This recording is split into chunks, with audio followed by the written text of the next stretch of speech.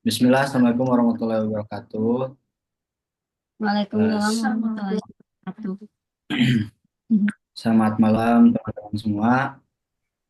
Eh, Baik, mungkin telah kita ketahui bersama bahwasanya dalam kesempatan kali ini dan sebelumnya telah kita diskusikan beberapa hal tentang perilaku konsumen.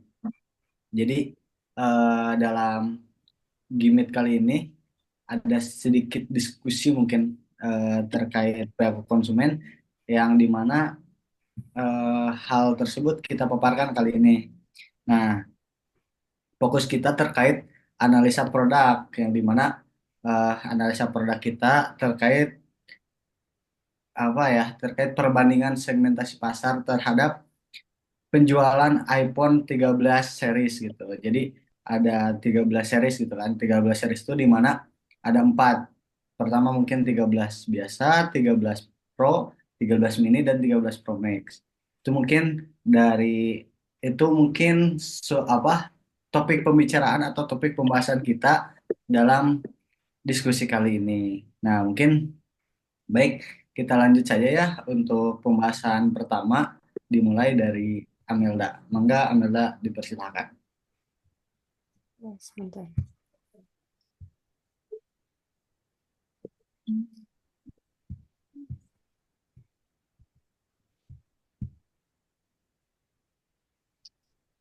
Yang pertama ada definisi teori perilaku konsumen.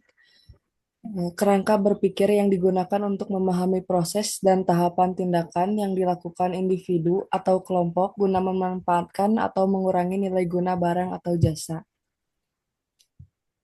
Pendahuluan perilaku konsumen adalah studi tentang bagaimana individu membuat keputusan untuk mengalokasikan sumber daya mereka, seperti waktu, uang, dan usaha, dalam membeli dan menggunakan produk atau jasa. iPhone 13 series sebagai produk premium dari Apple menawarkan berbagai fitur canggih yang menarik minat konsumen di berbagai segmen pasar. Artikel ini akan membahas teori perilaku konsumen dalam konteks pembelian iPhone 13 series, termasuk faktor yang mempengaruhi keputusan pembelian dan bagaimana strategi pemasaran Apple berhasil menarik minat konsumen. Udah, saya kembalikan kepada Haikal. Oke, mungkin eh, sebelumnya mungkin telah dibahas ya terkait fokus kita terhadap eh, terhadap peminatan apa ya? Peminatan halayak orang gitu terkait fokus mereka terhadap 13 series. Khususnya kita ingin mengetahui nih, kenapa sih apa sih iPhone berapa sih yang teman-teman sorry, iPhone berapa sih yang sekarang orang gemari dan mengapa sih iPhone tersebut digemari? Mungkin hal itu yang menjadi fokus kita di diskusi kali ini. Mungkin sekarang dilanjut oleh Ripana gitu ya terkait pembahasan ini. Baik, saya akan melanjutkan materi dari profil perusahaan. Baik, kelompok kami mengambil dari Apple, merupakan perusahaan teknologi multinasional yang bergerak di bidang perancangan, pengembangan, dan penjualan barang-barang elektronik konsumen. Baik, dari Apple ini berbagai macam produk ya, ada dari handphone, ada dari MacBook, ada iMac, ada iPad, dan segala macamnya juga ya.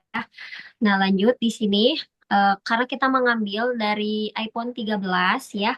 iPhone 13 ini kan tadi sudah dibahas ada 4 series, ada iPhone 13 yang biasa, iPhone 13 mini, iPhone 13 Pro dan iPhone 13 Pro Max dan dari 4 series tersebut eh, harganya lumayan terjangkau ya dan spesifikasinya juga sudah lumayan terjamin dengan harga yang begitu ya lumayan dengan harga ada yang rendah dan tinggi, tetapi spesifikasi handphonenya tuh sudah termasuk yang sangat bagus sekali untuk dari zaman sekarang dengan tahun sekarang yang dipakai untuk kerja, entah apapun bermain sosmed itu sudah pasti nyaman untuk dipakai sehari-hari dan dipakai bekerja juga gitu. Nah, di sini Teman-teman boleh lihat ya, ada spesifikasi dari iPhone 13. Teman-teman mulai dari RAM, mulai dari kameranya, mulai dari eh, apa ya, penyimpanan baterai, semuanya juga sudah dirancang dengan baik oleh perusahaan Apple-nya. Nah, di sini akan dilanjut oleh eh, teman saya sendiri dan akan dikembalikan lagi kepada Haikal. Terima kasih. Wassalamualaikum warahmatullahi wabarakatuh. Oke, terima kasih Ripana. Nah, ini mungkin Baik. beberapa gambaran ya terkait price list iPhone 13 series. Jadi, udah disebutkan bahwasanya iPhone 13 series itu meluncurkan 4 produk. Pertama, iPhone 13 mini, iPhone 13, iPhone 13 Pro, dan iPhone 13 Pro Max. Dengan spesifikasi apa ya, storage yang dimiliki. Ada 128, 256, dan 512. Begitupun dengan harga-harganya. Karena apa ya, dari 13 series ini memiliki segmen diferensiasi, beberapa diferensiasi mungkin ya, dari segi fitur, dari segi tampilan dan lain-lain. Mungkin bisa di slide ke apa PPT-nya sekali lagi. Saya akan melanjutkan tentang analisis tindakan. Dalam memilih antara iPhone 13 dan iPhone 13 Pro Max, dua faktor utama yang perlu dipertimbangkan adalah anggaran dan kepuasan pengguna. Dari segi anggaran, iPhone 13 lebih terjangkau dengan harga sekitar 12 juta. Sementara iPhone 13 Pro Max dibanderol dengan mulai 17 jutaan. Perbedaan ini, harga ini mencerminkan fitur iPhone 13 Pro di fitur tambahan pada Pro Max seperti layar besar yaitu 6,7 inci dengan refresh rate 120 Hz. Sistem kamera lebih canggih dan daya tahan baterai yang lebih tahan lama hingga 24 jam pemutaran video. Dalam hal kepuasan pengguna, iPhone 13 cocok untuk mereka yang menginginkan performa tinggi dalam bodi lebih ringan dan praktis.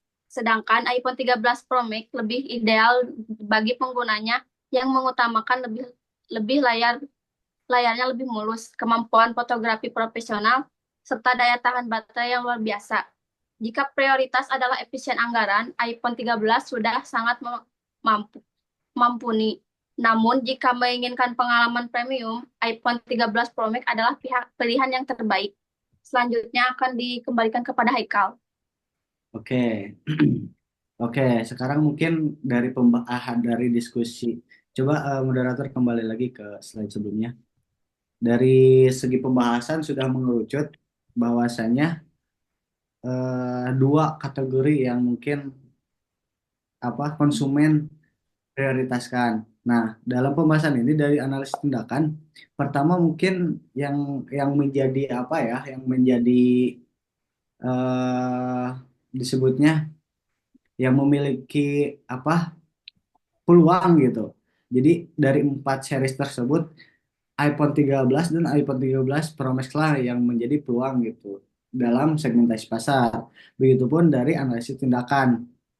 Nah, di akhir juga nih, jadi jika jika konsumen memilih efisiensi anggaran, tentunya yang diambil adalah 13 iPhone 13. Tapi jika menginginkan pengalaman premium, iPhone 13 Pro Max lah yang menjadi pilihan terbaik.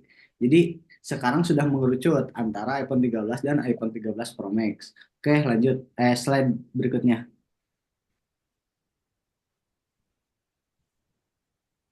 Nah, begitupun dari tindakan konsumen gitu kan. Jadi em, hasil diskusi kami bahwasanya daya beli konsumen tuh dilihat dari tindakannya. Pertama mungkin ada konsumen yang membeli secara tindakan rasional, kedua yang irasional gitu. Itu yang membedakan apa eh, minat konsumen terhadap daya beli. Pertama mungkin rasional. Rasional artinya si konsumen tuh benar-benar membutuhkan barang tersebut.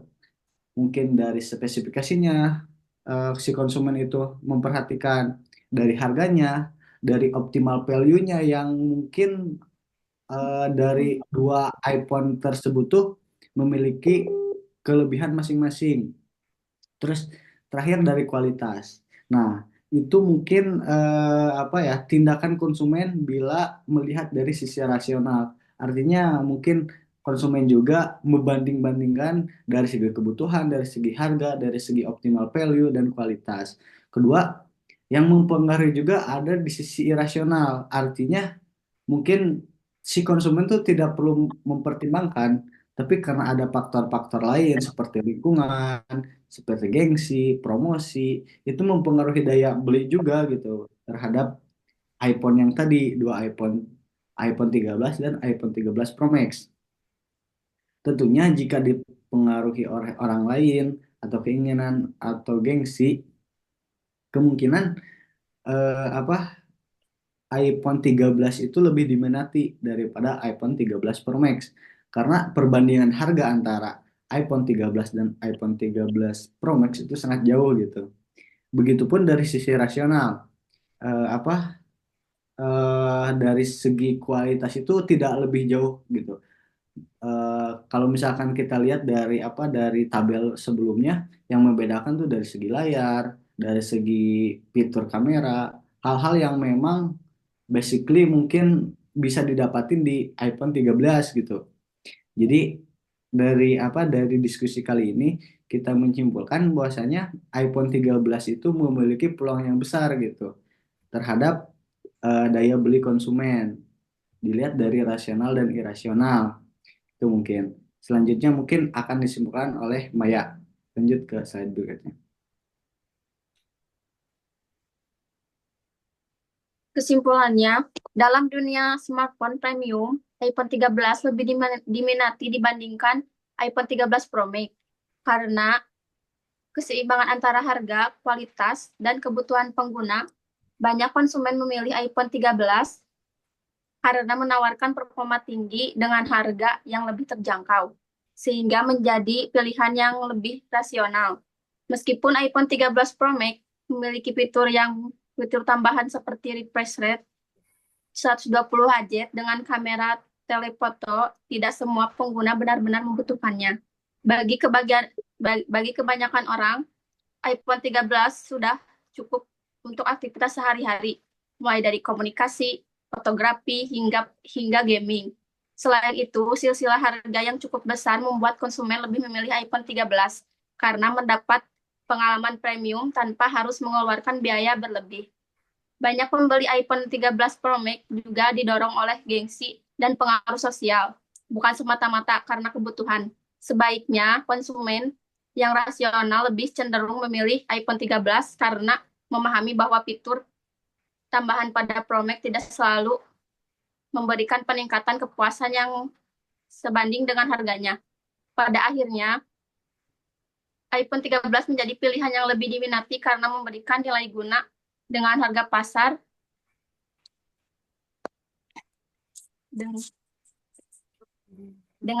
yang lebih ekonomis, menjadikan smartphone premium yang paling masuk akal untuk sebagian besar pengguna.